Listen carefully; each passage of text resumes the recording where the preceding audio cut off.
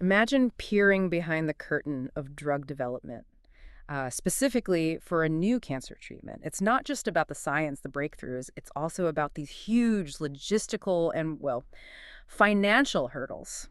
Today, we're taking a deep dive into a detailed quotation for a phase 1 oncology clinical trial right here in the U.S. And our sources for this include some general budget discussions, specific guidelines on cost communication, and crucially, the actual quotation document itself. Right. So our mission really is to pull out the key nuggets from all this. We want to unpack the main financial bits, highlight that difference between CRO services and pass-through costs, and really pinpoint where the big money goes in these first-in-human cancer studies. Exactly. And for you listening, this is basically a shortcut to understanding that whole complex financial side of getting a new drug towards patients. You might find some surprising things in here about the scale of the costs. Okay, so let's set the scene for this specific trial we're looking at. It's a phase 1 clinical trial, oncology drugs, specifically looking at solid tumors. And it's for a biotech company. And the plan. It's set to run for 24 months. Only 20 subjects, though, spread across just 3 sites in the U.S., L.A., Chicago, and Houston. Sounds, well, fairly contained on paper. It does, but what's fascinating here, phase 1, that's the absolute first step in human testing.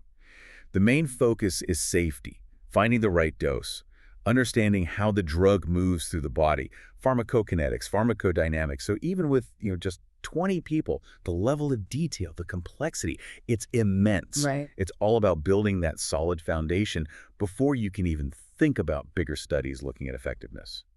And that careful work, you definitely see it reflected in the budget breakdown. Okay, let's unpack this budget then. When you look at the structure, the finances for a trial like this, it really splits into 2 main buckets, right? CRO services and pass-through costs. Exactly. Yeah. And just to connect that to the bigger picture CRO services, those are essentially the fees you pay the contract research organization for their know-how, their expertise in actually managing and running the trial. They're like the project managers, the monitors. Precisely, the orchestrators. Then the pass-through costs. Those are different. They're direct expenses the sponsor covers, things the CRO might manage logistically, like payments, but they don't mark them up for profit. Think of them as the hard costs hospital bills for patient care, maybe specialized lab tests. Got it. And the totals for this specific trial, they really tell a story. The CRO services total, $1,128,010. Okay. But the pass-through cost total is way higher, $1,766,655. Wow, yeah. Which brings the grand total for this phase 1 study to $2,894,665, nearly $3 million. So even before we dive into the details, what does that tell us? It shows straight away that the direct costs, the patient-focused stuff, and other outside services, they're actually the bigger piece of the pie here, bigger than the core CRO management fees. It's a huge investment for such an early, small trial. It is, and it makes you ask, right? If the CRO's work is so essential, why is their slice smaller? Yeah, exactly. Well, it's a critical point. The CRO is like the brain, coordinating everything. But the actual doing the patient visits at the hospital, the really complex lab work, maybe manufacturing the drug, getting it distributed, those are often external services the CRO just arranges and manages for the sponsor. So while the CRO fees cover that vital project leadership, the direct delivery of care, the specialized science, that often falls under pass-throughs. And yeah, they can definitely be much larger sums. Okay, that makes sense. So let's zoom in now on those CRO services. Go section by section. See how that $1.1 million breaks down. As we go, what jumps out at you? Or maybe what's a common challenge here people might not expect? Sounds good. Let's dig in. All right, starting at the very base. Section 1, ethics and regulatory. Budgeted at $35,100. This is all the essential work for the Institutional Review Board, the IRB submissions, handling amendments, reporting, basically patient safety and compliance groundwork. Right. And that $35,100, it might look modest, but it's absolutely fundamental. Interestingly, while the dollar amount isn't huge, delays in getting IRB approval, and they happen more often than you'd think, especially with multiple sites, those delays can just cascade. Pushes a whole timeline back, which then increases costs indirectly pretty much everywhere else in the budget. It's a critical first hurdle. I see. So a small cost, but a huge potential bottleneck. Okay, once that ethical green light is potentially there, next step is getting the sites officially signed up. Section 2, site contracting and payments is $13,680. negotiating contracts with the 3 sites, making initial payments. Then Section 3, site selection at $17,550. This sounds crucial, finding the right sites. Involves feasibility checks, confidential disclosure agreements, CDAs with maybe 11 potential sites, and then on-site visits for the final 3. Lots of legwork. A lot of filtering. And finally, Section 4, site initiation and activation is $8,100, getting those chosen sites ready to actually enroll patients, on-site visits, activation tasks. Yeah, these early site steps are all about building the foundation, finding the right clinical partners, setting them up properly. What often gets underestimated is just the sheer volume of legal and logistical back and forth in site selection and contracting. Those CDAs, the qualification visits, they seem like small lines. But doing them right minimizes risk later, making sure the sites can actually deliver what the protocol demands. Picking the wrong site could cost way more in the long run. Exactly. Much more than getting it right up front. Makes sense. Okay, sites are initiated. Now the real ongoing work starts, and here's where the numbers jump. Section 5. Site management. This is a big one. $140,400. Covers ongoing site communication support, recruitment help desk, managing biological samples, making sure everyone follows good clinical practice, GCP, over 54 site months. That's our first really hefty CRO cost. Yeah, that's significant. And then, even bigger, Section 6. Monitoring, $157,500. This covers training for the clinical research associates, the CRAs, and importantly, 36 on-site monitoring visits during recruitment and treatment, plus another 6 during follow-up, and remote data reviews too, all about data quality and making sure the protocol's followed to the letter. Right. These two sections, site management and monitoring, they're basically the CRO's presence on the ground, day to day. Site management is that continuous support channel, answering questions from the site staff, fixing problems, pushing recruitment. But monitoring, that's where the critical data checks happen. Yeah. The CRAs go in, they ensure the data being recorded in the system matches the original source documents at the hospital. Verifying everything. Exactly. Think of it like this. Site management keeps the trial engine running, monitoring makes sure it's running correctly, and producing reliable data. Why so costly? It's the sheer number of hours needed from highly trained people, often traveling to sites, meticulously reviewing potentially thousands of data points per visit. You just can't cut corners here. It's fundamental for data integrity, patient safety. Non-negotiable, really. Okay, as the trial eventually winds down, we have Section 7, closeout for $10,350. Final steps, site closeout visits, then shifting focus back to patient well-being. Section 8, safety at $25,200. Essential stuff. Safety database setup, managing serious adverse events, SAEs, they estimate 20 here, and 2 ASUSers, suspected unexpected serious adverse reactions, plus writing annual safety reports. The closeout part, yeah, smaller cost, but it's about tying up all loose ends, making sure documents are filed correctly, materials secured. For safety, that $25K it actually feels quite lean, considering how critical it is. Managing SAEs and ASUSers isn't just paperwork. It's about spotting potential drug risks really fast and reporting them properly to regulators. Getting that right and quickly can literally decide if a drug moves forward or not. It's high-stakes work. Absolutely. Okay, moving on to the physical stuff. Section 9, D-drug logistics at $11,560. Coordinating the actual experimental drug supply. Contracting a depot, managing shipments to the sites over those 54 site months. And similarly, Section 10, clinical supplies logistics for $6,240. Handling other things like lab kits, preparing 20 kits, tracking them. These might sound simple, like shipping, but drug logistics in a trial, especially globally, can get incredibly complicated. You need to guarantee temperature control, maybe secure storage, that strict chain of custody for the investigational drug. Some drugs have really specific handling needs, a big responsibility. And lab kits, yeah, they seem small, but they have to be absolutely identical, perfectly labeled, ready for every patient visit, everywhere, every time. One slip-up can mess up a critical sample. Right, the details matter hugely. Next, documentation, always key. Section 11, files and document management comes in at $45,920. This is setting up and maintaining the trial master file, the TMF, and the investigator site files, ISFs. Ongoing for 84 site months. Then we have Section 12, medical writing at $40,260. Drafting those crucial documents, the full study protocol, the patient information sheets and consent forms, and the final clinical study report, the CSR. You know, I always say, in a clinical trial, if it wasn't documented, it didn't happen. That TMF, It's a complete story of the trial, ready for auditors. Maintaining it meticulously is absolutely vital for getting regulatory approval down the line. Yeah. And medical writing, that takes the raw science, the data, and shapes it into clear, regulatory compliant documents like the protocol, the trial's rulebook. And the final study report tells the whole story of what happened. It takes real skill to translate complex science into that precise, legally sound language. Definitely a specialized skill. Okay, now, the real powerhouse of the CRO services budget. Section 13, project management. A massive $415,400. Just project management alone is over $400, almost 40% of the entire CRO services cost. This covers everything. Comprehensive study management, meetings, developing plans, financial oversight, managing other vendors, fixing problems, general supervision for 28 months. It really sounds like the central command center keeping the whole thing running. Yeah. Why is this piece so incredibly expensive? Yeah, that's the big one, right? And it's so substantial because project management is fundamentally the main problem-solving and coordination hub. Think about trying to conduct a really complex symphony, right? Hundreds of musicians, maybe in different cities, all needing to play perfectly together. The project manager, that's the conductor. Okay, I like that analogy. They aren't just scheduling meetings. They're constantly identifying risks, figuring out how to mitigate them, managing all the communication flows, ensuring quality standards are met, keeping everyone on track and accountable. It's continuous oversight, strategic thinking, often crisis management, basically 247 for the whole duration of the trial. That cost reflects having that single point of responsibility for whether the trial succeeds or fails. The ultimate air traffic controller. Makes sense.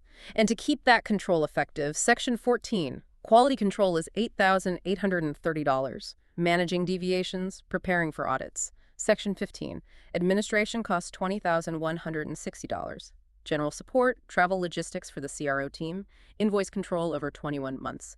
Then, Section 16, data management accounts for $75,050. Developing the plans, building the electronic data, capture the EDC system training sites on it, cleaning the data, coding adverse events and meds for all 20 subjects. Quality control, yeah, smaller line item, but it's like having a continuous internal checkup.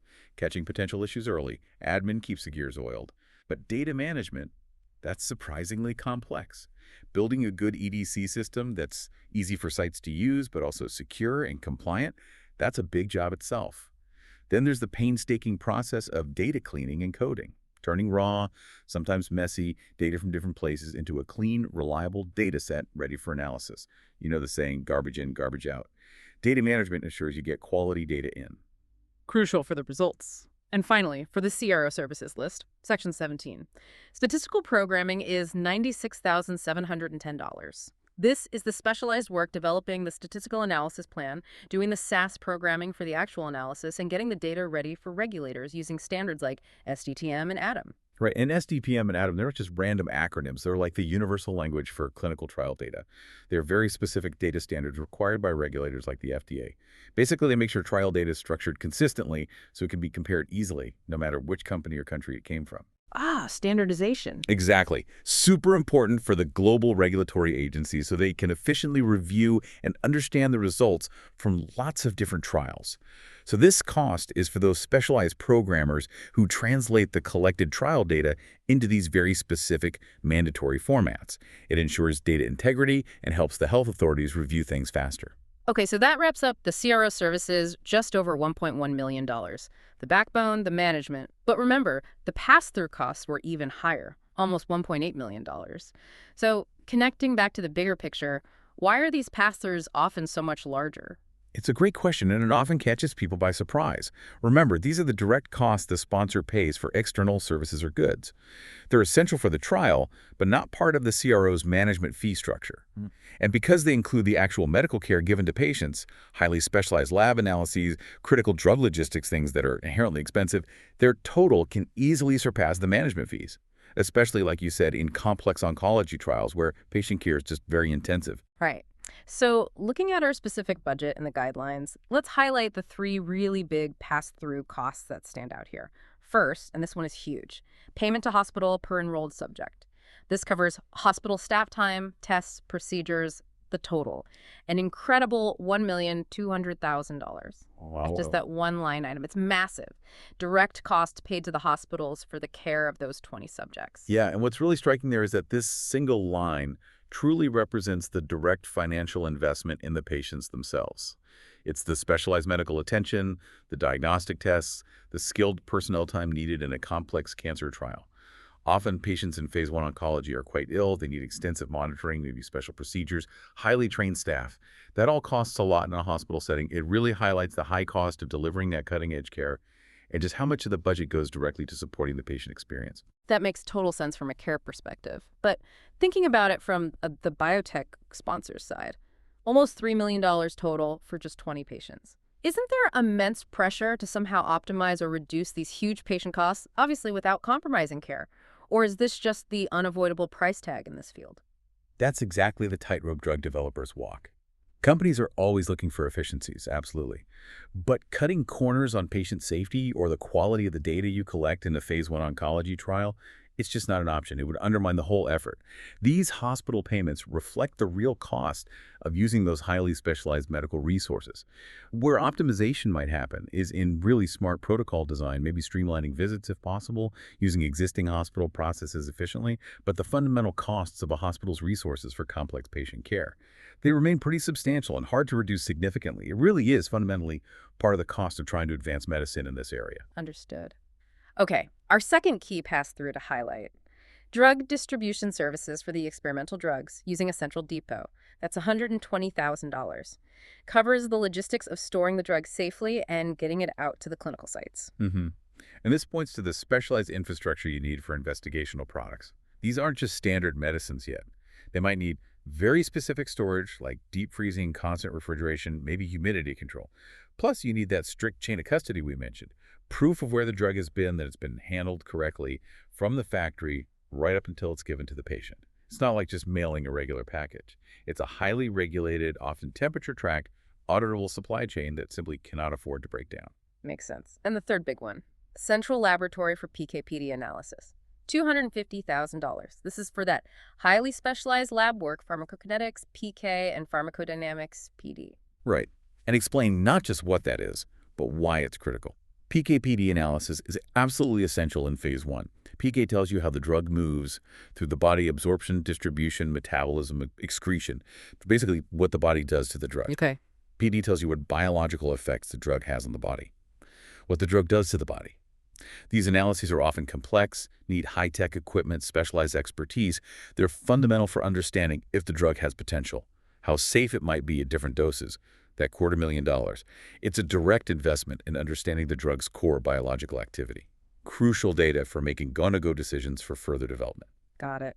So we've really journeyed through a complex financial map today.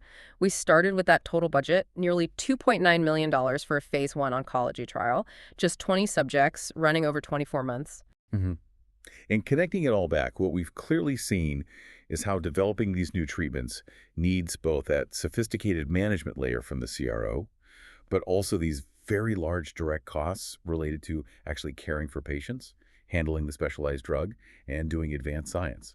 The CRO's $1.1 million is crucial for coordination, absolutely. But those patient-centric and specialized services, the $1.2 million for hospital costs, the $120K for drug distribution, the $250K for the central lab, those really inflate the overall budget. It shows that the direct spend on the science and the patient is huge, often dwarfing the management fees in these early, intense studies. Yeah. So for you, the listener, hopefully this deep dive makes it clear that bringing a new cancer drug even to the first stage of human testing is just this massive undertaking. It's a complex dance, isn't it? Specialized skills, strict safety rules, significant money, all aimed at hopefully finding that next breakthrough treatment. It really is a testament to the resources and dedication involved in pushing medical science forward. Absolutely. So here's something to think about, a final provocative thought for you. We've seen this trial cost nearly $3 million for phase 1. Only 20 subjects. Now imagine how these costs must scale up potentially exponentially for the larger phase 2 and phase 3 trials. Those can involve hundreds, sometimes thousands of patients, often across many countries. What does that kind of massive scaling imply for the whole drug development process, for patient access, and ultimately for the price tag of new medicines when they finally reach the market? That's the multi-billion-dollar question, isn't it? It really is. Thank you for joining us on this deep dive today. Stay curious and keep exploring the fascinating world around us.